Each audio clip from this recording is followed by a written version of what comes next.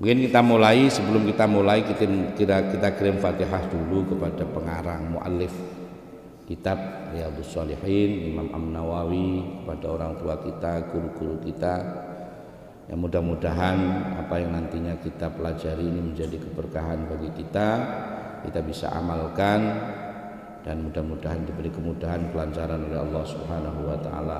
Ala hadhihi niyatis shalihah. Al-Fatihah.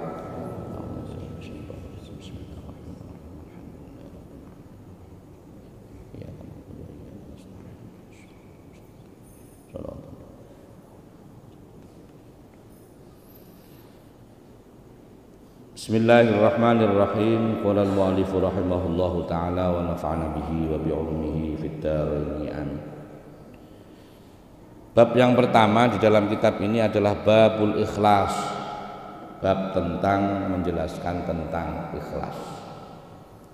Ikhlas ini hurufnya sedikit tapi sulit, luar biasa. Ikhlas di dalam apa? Wa ihdharin, ya, di dalam ikhlas wa ihdharin niyah, dan menghadirkan niat. Jadi bab yang pertama adalah tentang ikhlas dan menghadirkan niat. Di dalam apa? Fi jami'il a'mali, di dalam setiap amal-amal perbuatan, wal aqwali, dan ucapan-ucapan, ya. Di dalam a'mal wal ahwal, ya,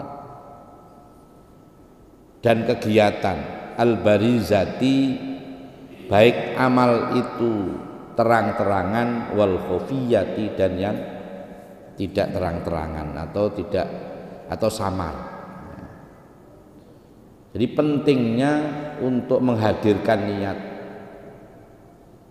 dan beramal dengan ikhlas, baik amal perbuatan maupun ucapan-ucapan, baik yang kita lakukan dengan sembunyi-sembunyi maupun kita lakukan dengan terang-terangan. Ini sangat penting, karena yang menjadi ukuran dari amal kita, ya, itu adalah ikhlas kita. Dan ikhlas itu ada tingkatannya, ya Pak, ya. Jadi yang pertama, ada orang yang beramal karena kepingin balasan. Misalnya sholat duha supaya rezekinya lancar. Ada kan begitu? Barang siapa sholat duha 2 rakaat maka dia akan dijamin rezekinya oleh Allah Subhanahu wa taala, begitu. Jadi dia niat sholat duha supaya diberi kelancaran rezekinya. Ada yang seorang membaca tasbih 100 kali atau apa, nanti ada motivasi, Allah akan berikan kemudahan misalnya. Ini juga ikhlas, boleh, ya, boleh saja. Tapi tingkatan ikhlas ini tingkatan yang paling rendah, ya. Sedekah supaya dilipat gandakan, ya. Ini yang dipakai Pak Ustadz Yusuf Mansur kan. Nah ini 1.000 dapat berapa?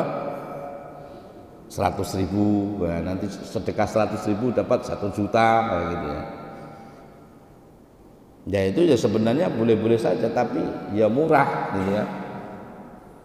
Padahal Allah itu yudha'ifu liman yasha. Allah itu akan melipat gandakan, tidak hanya hitungannya tidak hanya 10 kali lipat, tapi Allah lipat gandakan sesuai kehendak Allah. Itu juga boleh saja. Namun itu ikhlas yang paling rendah. Ada lagi ikhlas itu karena kepingin masuk surga, ya kan? Tidak orang. Nah, sholat jamaah supaya nanti masuk surga, ya, itu juga boleh, masih lumayan. Ada lagi orang beramal karena takut neraka, supaya nggak masuk neraka, gitu ya. Itu yang ketiga.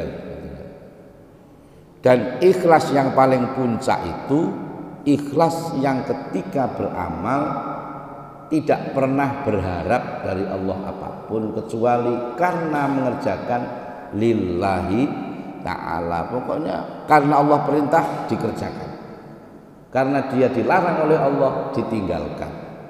Masalah surga, neraka, rezeki semua adalah Allah Subhanahu wa taala yang sudah menanggung. Nah, ini yang tingkatan paling tinggi ya. Kalau kita dulu waktu masih kecil disuruh bapak kita ya ke kios, nak belikan bapak rokok, nanti kembaliannya kamu ambil ya gitu. Kan seneng kan?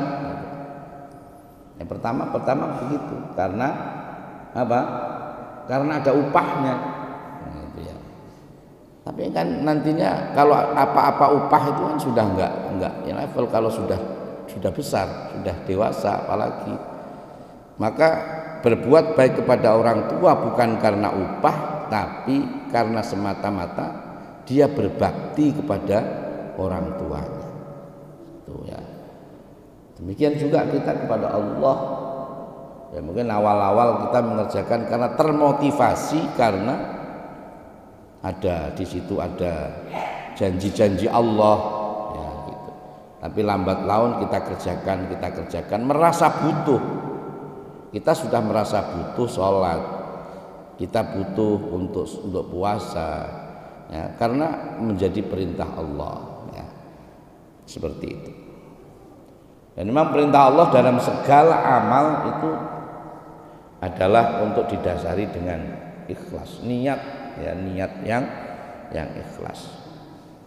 Dan niat itu di mana? Niat itu di dalam hati ya. Yang wajib itu di dalam hati. Adapun kita mau sholat itu membaca usolli fardhos subhi, usolli fardhol isya'i, usolli dan usolli lainnya itu hanya sekedar untuk memantapkan hati ya, supaya hati kita ini sini loh, hati ini kita mau sholat nih ya, kau jangan ingat apa-apa dulu ya. Kita mau sholat zuhur nih 4 rakaat ya. Itu usolli, nawaitu ya, sauma ghadin ya, itu dihadirkan niat malam hari. Kalau menurut mazhab Syafi'i, puasa niatnya harus tiap malam. Kalau menurut Imam Malik boleh 1 kali niat awal bulan sampai saya niat puasa 1 bulan penuh cukup ya. Tapi kalau menurut mazhab Syafi'i enggak, pokoknya tiap malam harus niat. Dan makanya namanya sauma ghadin. Saya niat besok puasa. Nah, melafadzkan itu enggak wajib. Yang wajib itu dalam hati kita bahwa saya besok mau puasa Ramadan. Itu ya, itu niat. Lillahi ta'ala. Maka segala niat itu ya, segala niat itu pasti disertai dengan yang belakangnya pasti lillahi ta'ala ya. Nawaitu soma ghadin an ada ifal di syahr ramadana ya, boleh ramadhani boleh ramadana ya, lillahi ta'ala. Usolli fardhu zuhri 4 rakaatin mustaqbilal kiblati adaan makmuman imaman lillahi ta'ala. Semua itu adalah lillahi ta'ala, supaya apa, melatih kita bahwa yang kita lakukan ini adalah semata-mata karena Allah Subhanahu wa ta'ala, sesuai dengan perintah Allah. Di dalam Al-Qur'an, dalam kitab ini ya, kita hafal di dalam di surat Al-Bayyinah ya. Surat Bayyinah itu surat yang paling horor bagi anak-anak kecil untuk menghafalkan surat-surat pendek itu Al-Bayyinah sama Al-Falaq. Ya, innal ladzina kafaru min ahlil kitabi wal ya, jadi hampir sama-sama. Wal musyrikina fi nari jahannam, ada wal musyrikina mufakkina hatta ta'tiyahumul bayyinah ya, sama-sama. Jadi Allah berfirman dalam surat Al-Bayyinah itu, wa ma umiru illa liya'budullaha mukhlishina lahuddin hunafa'a wa yuqimus sholata wa yu'tuz zakata wa dzalika dinul qayyimah. Di apa-apa yang kita lakukan ini hendaknya tujuannya semata karena Allah, karena kita tidak diperintahkan wa ma umiru, dan tidak diperintahkan kalian itu illa liya'budullaha, kecuali untuk beribadah kepada Allah yang dasarnya mukhlishina lahuddin, ikhlas. Ya, ikhlas karena Allah. Dan ikhlas ini, kalau kita bicara ikhlas itu ya ikhlas di awalnya, ikhlas ketika di dalam mengerjakannya, ikhlas setelah juga mengerjakan sesuatu. Karena ada orang yang ikhlas awal bisa, tapi kemudian terjadi sebuah kasus di akhirnya nggak ikhlas. Misalnya membantu orang, sudah dibantu, ternyata yang dibantu nggak sesuai harapannya.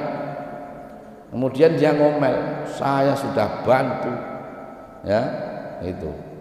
Ya, akhirnya diungkit-ungkit. Nah, ini namanya ikhlas awal, tapi di akhirnya gagal. Kalau kamu nggak saya tolong, jadi apa kamu dulu tuh? Nah, misalnya begitu tuh. Dulu kamu bisa begitu kan karena saya. Nah, gue bisa jadi begitu tuh karena saya itu tuh. Nah, itu tuh namanya gagal di akhir. Maka ikhlas itu ya utuh. Ya, ikhlas itu utuh. Mau awal, di tengahnya maupun di belakangnya. Ya. Jadi seperti itu. Dalam ayat yang lain, la yanalallahu luhumuha wala dima'uha walakin yanaluhut taqwa minkum. Jadi Allah tidak menerima daging kurban itu, dagingnya, darahnya, ya, walakin yanaluhut taqwa minkum. Tapi yang Allah terima adalah rasa takwanya ini. Nah, kalau kita berkurban itu bukan dagingnya, bukan darahnya, tapi ketakwaan kita kepada Allah, inilah yang diterima oleh Allah Subhanahu wa ta'ala.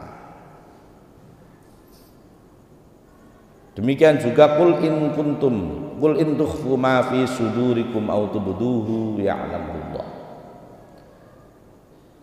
Katakan Muhammad, in tukhfuhu, seandainya engkau rahasiakan, ma fi sudurikum, apa yang di dalam hati, di dalam dada, di dada kalian, aw tubduhu, atau engkau jelaskan, ya, ya'lamullah, Allah itu maha tahu. Jadi nggak usah susah, ya, karena segala yang kita lakukan, amal yang kita kerjakan, baik itu sembunyi-sembunyi maupun terang-terangan, Allah maha tahu. Kita bisa menipu manusia, kita bisa menipu orang lain, tapi kita tidak akan bisa menipu pengawasannya Allah Subhanahu wa ta'ala. Disinilah Allah itu menciptakan akhirat. Kalau dunia saja ini banyak penipuan Bapak Ibu sekalian, banyak ketidakadilan. Orang yang sesungguhnya bersalah divonis tidak bersalah, ya kan, di dunia ini. Orang yang bersalah justru dia bisa bebas. Nah, ini bisa juga terjadi di dunia ini. Maka Allah menciptakan alam setelah dunia ini untuk hal-hal apa? Supaya pengadilan ini, orang yang terzalimi, orang yang dilakukan tidak adil di dunia ini nanti terbalaskan di hadapan Allah Subhanahu wa ta'ala. Silahkan kau lolos dari hukum dunia, tapi jangan berharap engkau bisa lolos dari hukum Allah Subhanahu wa ta'ala. Ini ya Bapak Ibu, tentang ikhlas itu panjang kalau kita ucapkan, kalau kita jelaskan. Intinya adalah segala amal perbuatan sesuatu, ya, ikhlas tertinggi adalah bagaimana kita ini hanya semata-mata mengerjakan perintah Allah, ya, tanpa pamrih apapun, ya, tanpa pamrih apapun, ya. Dan ikhlas itu tadi saya dijelaskan bahwa ya di awal, tengah dan akhir. Makanya dilarang orang yang telah memberi kemudian mengungkit-ungkit pemberiannya, mengungkit-ungkit jasanya. Ya. La tubtilu shadaqatikum bil manni wal adha. Jangan engkau ungkit-ungkit apa yang telah engkau beri ya gitu. Bil manni wal adha, dengan menyakiti orang yang kau telah beri. Nggak boleh tadi itu. Ini ya tentang ikhlas. Hadis yang pertama, wa an Amirul Mukminin Abi Hafiz Umar Al-Khattab bin Nuqail bin Nufail bin Abdul Uzza bin Riyah bin Abdullah bin Qur bin Razah bin Adi bin Ka'ab bin Lu'ay bin Ghalib Al-Quraisy ya, radhiyallahu anhu qala sami'tu, saya mendengar, yang mendengar itu siapa? Yaitu Abi Hafiz Umar bin Khattab. Sami'tu, aku mendengar Rasulullah sallallahu alaihi wasallam yaqulu, bersabda. Ini hadis ini familiar sekali, sampai anak-anak TK juga diajari ya, hafal, kita juga yakin juga hafal. Innamal a'malu binniyat wa innamal likulli imri'in ma nawa. Faman kana hijratuhu ilallah wa rasulih fa hijratuhu ilallahi wa rasulih. Wa man kana hijratuhu lidunya yusibuha aw imra'atin yankihuha fa hijratuhu ila ma hajara ilaih. Tapi hafalnya cuman yang tadi saja. Kullu apa? Yang pertama saja kan. Innamal a'malu bin niat. Itu potongan hadis.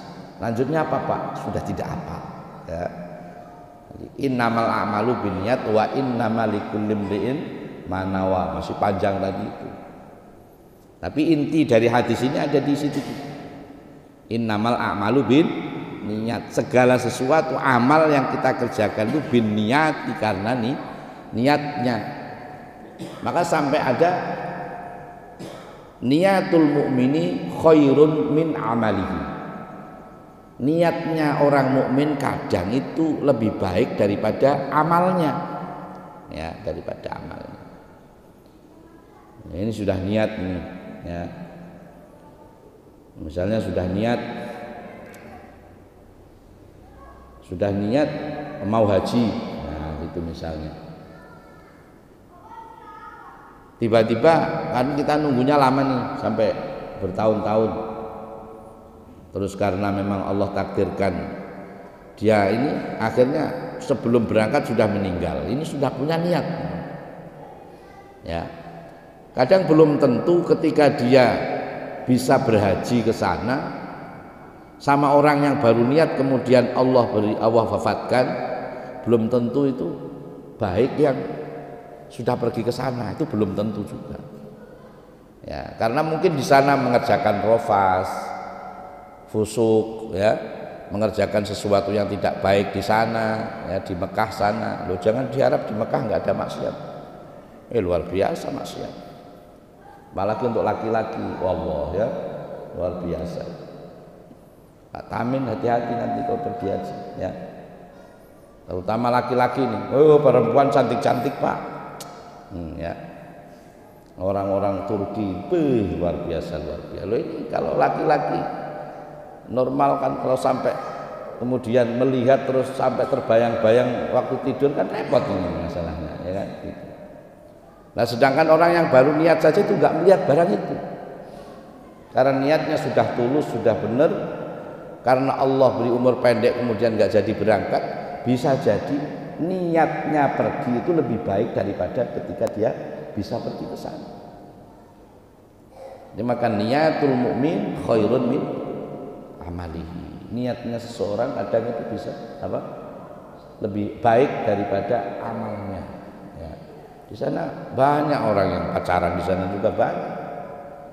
Ya, yang orang selingkuh juga banyak, ya kan? Misalnya pulang-pulang malah bertengkar dengan istrinya terus nikah dengan, ada juga begitu, kasus-kasus begitu.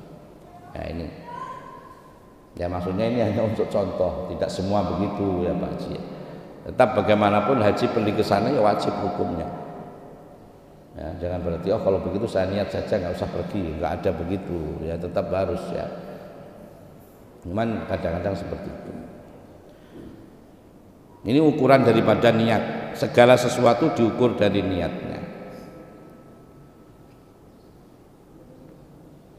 Wa innama likulli imri'in ma nawa. Jadi segala sesuatu itu diukur dari apa yang diniatkan. Faman kanat hijratuhu ilallah, barang siapa yang hijrahnya ilallahi wa rasulih, hanya tujuannya kepada Allah dan utusannya, fa hijratuhu ilallahi wa rasulih, maka hijrahnya memang itu karena semata-mata karena Allah dan Rasulnya. Niatnya karena dia hijrahnya berbuat baik, amal baik, semua itu karena Allah. Karena ini kenapa pakai hijratuhu ilallah? Karena hadis ini ketika Rasulullah sedang hijrah banyak sahabat yang mengikuti. Jadi kalian apa motivasinya hijrah ini? Nah, dulu tuh juga banyak yang motivasinya hijrah itu karena cinta sama orang, ada ceweknya di Madinah, ya, karena dia kepingin di Madinah kepingin ini itu ya seperti itu. Maka Rasulullah mengatakan, kalian ini karena apa hijrahnya ini? Kalau kalian hanya kepingin apa, kalau hijrahnya kalian karena Allah dan Rasulnya, maka kalian yang dapatkan adalah Allah dan Rasulnya.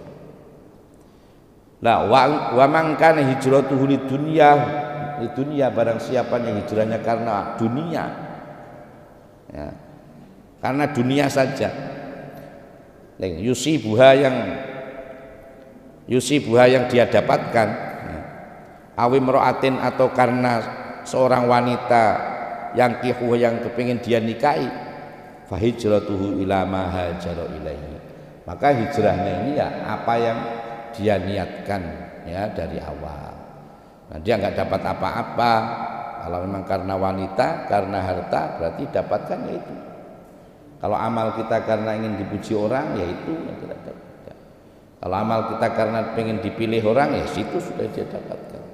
Itu pun kalau terpilih, kadang sudah nggak terpilih ya, kadang repot ya, gitu ya, kasihan juga gitu ya. Ini ya, jadi ini adalah niat penting daripada start segala amal kita diawali dengan niat yang baik. Muttafaqun alaih, sahih ya. Hadis ini sanadnya adalah sanad yang sahih. Rawahu Muhaddatsin Abu Abdullah Muhammad bin Ismail bin Ibrahim. Hadis ini hadis yang sahih. Mungkin ini sedikit yang saya sampaikan ya tentang ikhlas, tentang niat. Penting kita start dari awal segala amal, termasuk kita berpuasa bulan Ramadan, semata-mata apapun yang kita lakukan di dalam bulan Ramadan ini, mau kita tarawehnya, mau kita sedekahnya, mau kita sholat sunnahnya, apa saja, mari kita awali dengan niat semata-mata karena mencari ridhonya Allah Subhanahu wa ta'ala. Demikian, kurang lebihnya mohon maaf. Walafu minkum ihdinas siratal mustaqim. Subhanakallah wa bihamdika asyhadu an la ilaha illa anta astaghfiruka wa atubu ilaik. Assalamualaikum warahmatullahi wabarakatuh.